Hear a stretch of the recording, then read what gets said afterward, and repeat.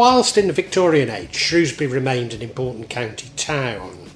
The county to the south and west was rural, agricultural and sparsely populated.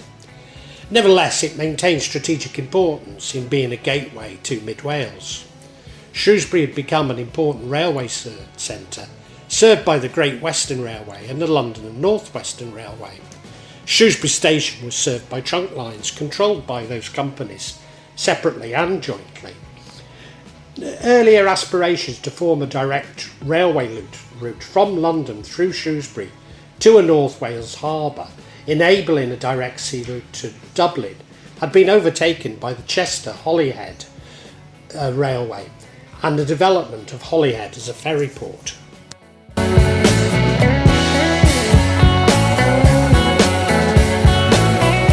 Richard Samuel France owned extensive limestone quarries, but its rate and bulk made it expensive and difficult to transport to markets. France proposed a railway linking his quarries in Llanymynech through Kinnerley to Westbury on the Shrewsbury to Welshpool Railway, about 11 miles west of Shrewsbury. France succeeded in getting the West Shropshire Mineral Act authorised by Act of Parliament on the 29th of July 1862. France's objective was to get the limestone to the main railway line station for onward carriage, and he was a prime mover in promoting the railway. The original idea of reaching a Welsh port for Dublin remained, including a route with a 2-mile tunnel. The Westbury terminus was changed the following year. He obtained a modifying Act of Parliament on the 13th of July 1863. The new line would run from Llanymynech to Redhill, Hookergate. With France the only potential customer, raising capital would prove difficult. Thus France proposed a new link to include lime kilns at Nantmower and granite quarries at Criggan, and a branch to Great Ness. He also proposed a passenger service, the company being incorporated as the Shrewsbury and North Wales Railway. An application was made for running into Shrewsbury Station, but these were opposed during the parliamentary process. So the S&NWR would have to build its own line alongside the Welshpool line and construct its own station at Shrewsbury. This third act was passed on the 30th of June 1864.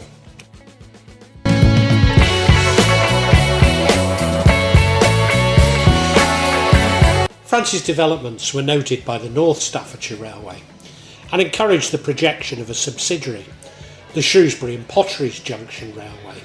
This line got its Authorisation Act on the 5th of July 1865. A long line west from Stoke-on-Trent through Shrewsbury into the North West Wales appeared attractive.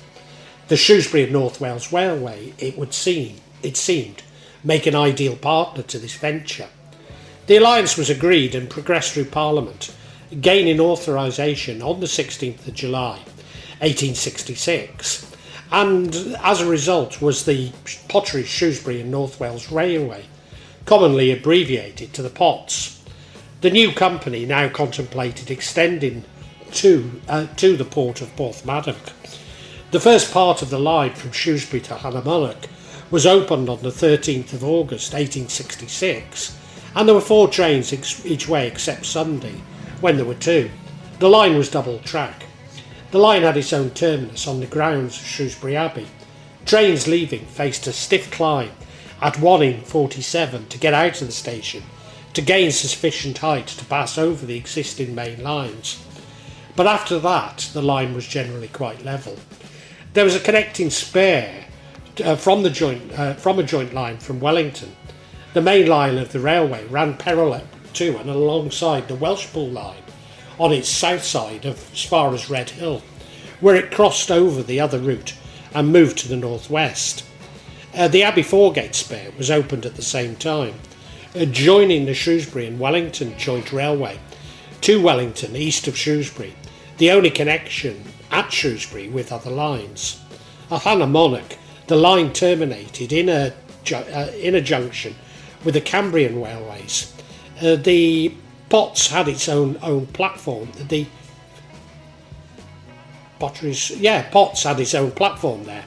The main line was double track at first, single later, and there were 14 stations. The total length of the network was 28 miles. This rather ill thought out venture was never a success, and soon a depension order obtained a writ against the company. On the 13th of December 1866, bailiffs arrived at the Shrewsbury station to take possession of the station and the line and the arriving of trains. Subsequent train operations took place only by consent of bailiffs who travelled with the trains. Unsustainable, the company decided to sell some assets. Auctioneers were appointed, but the sale of locomotives and other assets produced poor returns, and the railway ceased operation from the 21st of December 1866. Public services were resumed in 1868 at a reduced level. The double track section of the line was singled, probably during this closure period, and cash generated from the sale of rails was used to buy wagons. Despite dramatic cost savings, the line only made the smallest profits on capital expenditure of 1.5 million. When the line reopened in 1868, there were 5 stations, trains each way daily, except Sundays when there were 2. Cooperative arrangements with the Cambrian Railways had been established on connections of Llanymynech, and through fares were available for some routes. In 1871, the Criggan branch was opened, splitting at Kinnerley station. This was followed in 1872 by the Nantmawr extension from Llanymynech, former terminus. Potts trains had running powers for a few yards there over the Cambrian Railways before diverting northwards to Nantmawr. By the mid-1870s, the company was hemorrhaging cash. From 1874, a loss of over 2,000 annually was recorded for 3 successive years.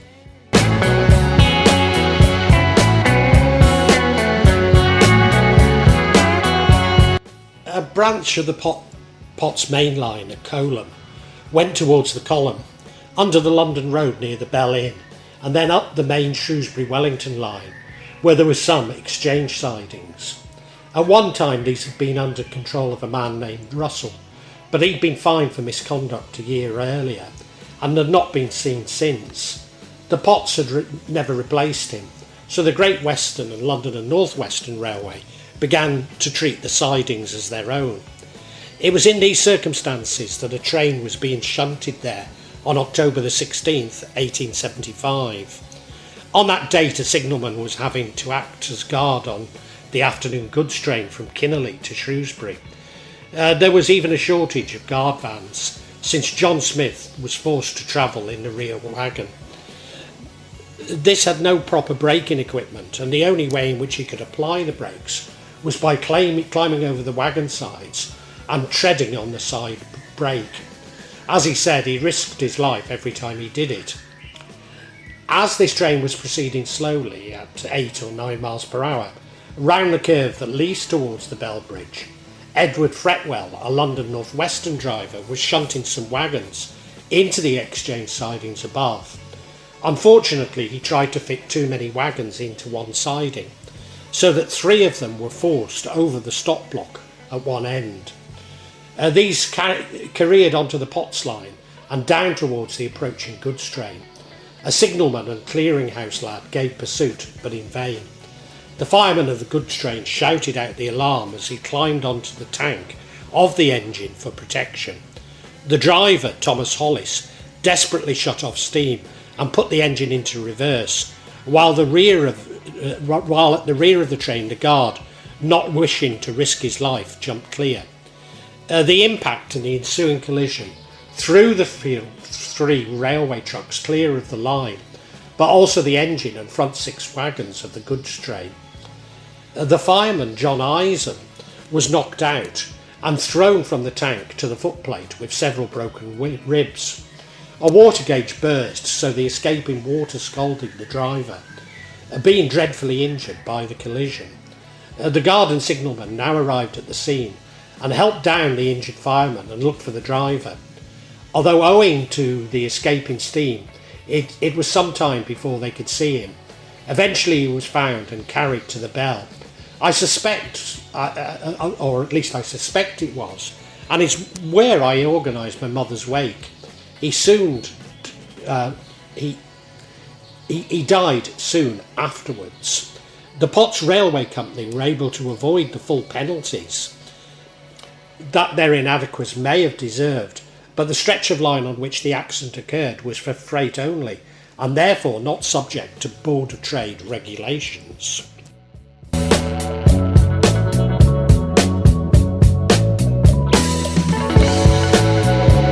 On December the 28th, a passenger train from Llanymynech, which was due at Shrewsbury about 5:30 in the afternoon, was standing on the platform just outside the Abbey Foregate terminus, while the tickets were being collected. In one compartment, Miss Lewis, up from Kinnerley to visit friends, and Miss Ellis from Swan Hill in Shrewsbury, were getting ready to alight as best they could. The train was cold and dark, since most of the lights, as usual, were not in working order. It was then that a goods train smashed without warning into the rear of the passenger train, breaking the windows and the remaining lamps, hurling passengers from their seats and throwing Mrs. Lewis and Ellis violently against one another.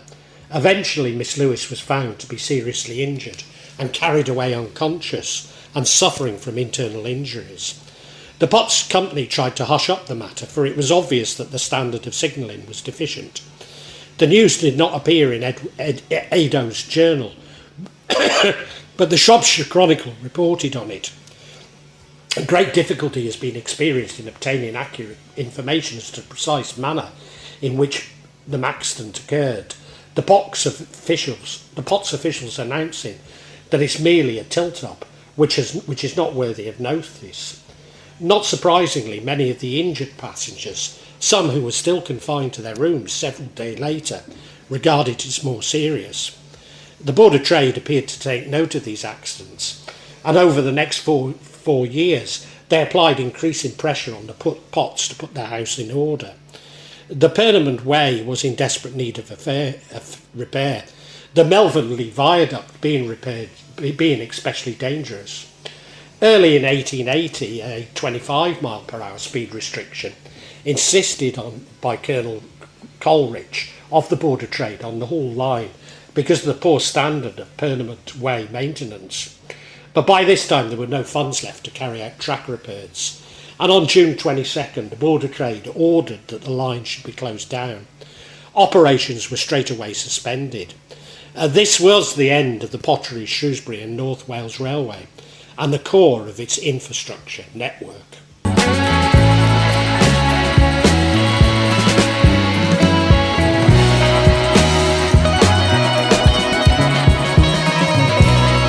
Alarming though this may seem, few railways had made enough profit to pay a return to their bondholders, and many middle-class individuals lost a lot of money. Indeed, some had taken out loans to join the railway bonanza, and thus it became something of a national scandal called the railway mania. Despite coining the term bubble in his book Extraordinary Popular Delusions and the Madness of Crowd, Charles Mackay had pushed railway mania in his newspaper articles, claiming railways to be different. Companies like the Great Western grew rapidly by buying up many of these distressed assets.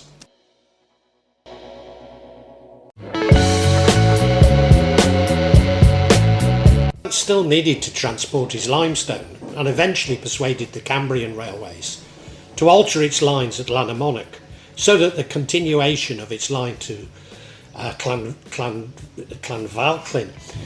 branched from the Nantmawr branch. The new system was opened on the Nantmawr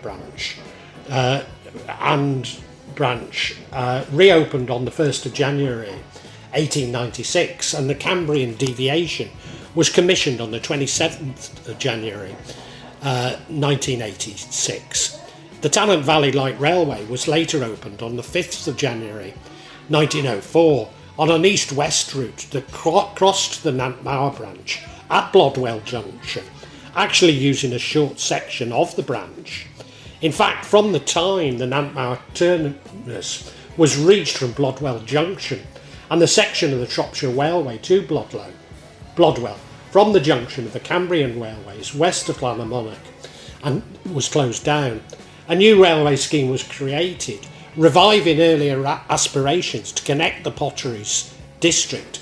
The Pot shareholders agreed on the 14th of March 1888 to accept £350,000 for their shares to be transferred to the shares in the new Shropshire Railways Company. This was to build a connecting line to Hodnett and on the Great Western's Wellington to Market Drayton line. But the line was authorised by Act of Parliament on 7th of August 1888, but never built. On the 24th of August, the Potts Company rolling stock and other movable assets were sold by public auction.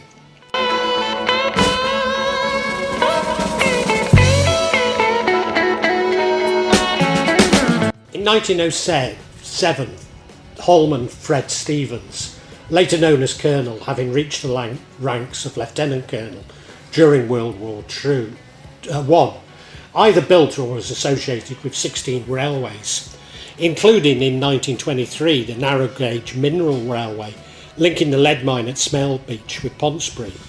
All of them were only profitable, despite being run at minimal costs. All of them and using second-hand stock. Stephens decided that the Potteries line could be revived as a light railway. He obtained a light railway order on the 17th of January 1908, authorising the operation of all Shropshire rail systems, except the Nantmower branch, as a light railway. The new company was to be called Shropshire and Montgomeryshire Light Railway. Several local authorities, the county and some rural district councils, made 40-year loans. The Shropshire Railways Company continued in existence as the owner of the land. The formal reopening of the line took place on the 13th of April 1911. Opening to the general public took place the following day. In the first 6 months of operation, an operating profit of £404 was made, but after payment of debenture holders, a net surplus of less than £1 was recorded. The Criggan branch was opened for goods and minerals traffic on the 21st of February 1912 and for passengers in August 1912. He bought the Gazelle, also known as the Coffee Pot, believed to have been the smallest locomotive ever operated on a standard gauge railway in Britain. In early 1920s, Stephen introduced two back-to-back railcar sets, a Ford pair designed for street use and a Worsley-Sydney pair, reducing costs considerably. However, they were not successful and they were withdrawn after a short period in service. A passenger operation beyond Melville ceased in October 1932 due to the unsafe state of the bridge over the River Severn. Being no run-round facility at Melville, now a terminus, the train from Kinnerley propelled a single coach on the outward trip. All passenger operations, except for occasional excursions serving the tourist industry, was discontinued on the 6th of November 1933. The line to Criggan became part of Britain's emerging tourist industry. Walkers from the Shrewsbury area used the line to travel to Criggan and then hike up the nearby Bryden Hills. Do you know, I've always called them Bryden, but I wonder if I should say Bryden. Probably. Maybe it's not a Welsh word, I don't know. The turntable in the field beyond the station, and that in the 1920s and 30s. Huts were arranged around it with basic sleeping facilities for walkers. The Criggan quarry train ran weekly and occasionally ordinary goods traffic served the immediate stations. The Shropshire Railways Company continued in existence as owner of the former Potts system. The Shropshire Railways received a rental from the Nantmower branch, from the Cambrian Railways and later from the Great Western Railway. Neither the Shropshire Railways nor the Shropshire and Montgomery Railways were subject to the grouping consolidation process in 1923, following the Railways Act of 1921.